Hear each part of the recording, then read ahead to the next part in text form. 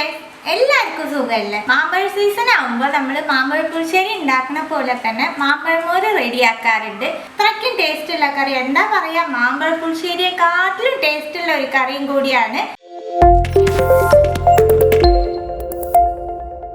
പാനിലേക്ക് 1 table spoon വെളിച്ചെണ്ണ ചേർക്കുന്നുണ്ട്, 1/2 ടീസ്പൂൺ കടുക്, 1/4 ടീസ്പൂണിലും കുറവ് ഉലുവ, 1/4 ടീസ്പൂൺ ചെറിയ ജീരകം, 1/4 ടീസ്പൂൺ കായപ്പൊടി, ചെറിയ കഷ്ണം ഇഞ്ചി, 3-4 വെളുത്തുള്ളി, 2 ചുവന്ന മുളക്, 10 ചെറിയ ഉള്ളി, 2 പച്ചമുളക്, കുറച്ച് വേപ്പില. ഉള്ളി നല്ലോണം ബ്രൗൺ കളറാക്കി എടുക്കണം. ഉള്ളി കളർ മാറി വരുമ്പോൾ ഇതിലേക്ക് 1/4 ടീസ്പൂൺ മഞ്ഞൾപ്പൊടി, 1/4 ടീസ്പൂൺ കുരുമുളക് പൊടി, 1 ടീസ്പൂൺ ചില്ലി ഫ്ലേക്സിന് പകരം മുളക് പൊടി വേണമെങ്കിൽ യൂസ് ചെയ്യാം. കറിക്ക് ആവശ്യമായിട്ടുള്ള ഉപ്പ് എല്ലാം നല്ലോണം മിക്സ് ചെയ്തതിന് ശേഷം ഒരു മാമ്പഴം എടുത്ത് തൊലി കളഞ്ഞ് വെച്ചേക്ക് അത് ചേർത്ത് കൊടുക്കാം. മാമ്പഴം ചേർത്ത് ഒന്ന് മിക്സ് ചെയ്യാം.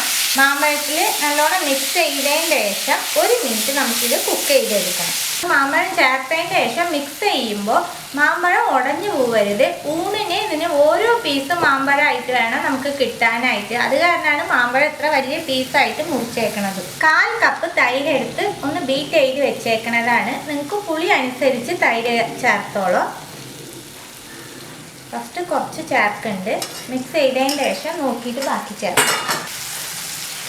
തൈര് ചേർത്തിട്ട് ഒന്ന് മിക്സ് ചെയ്ത് അപ്പം തന്നെ ഫ്ലെയിം ഓഫ് ആക്കിക്കോളോട്ട, അല്ലെങ്കിൽ പിരിയും തൈര്. നമുക്ക് ടേസ്റ്റ് നോക്കാം. ടേസ്റ്റ് നോക്കിയപ്പോൾ എനിക്ക് പുളി കറക്റ്റായിരുന്നു. 1/4 കപ്പ് തൈര് വേണ്ടി വന്നില്ല. ഉപ്പ് നോക്കിക്കോളോട്ട. ഇനി നമുക്കിതിലേക്ക് 1 ടീസ്പൂൺ പൊടിച്ച ശർക്കര ചേർക്കുന്നുണ്ട്. ശർക്കരയ്ക്ക് പകരം പഞ്ചസാര ആയാലും കുഴപ്പമൊന്നുമില്ല.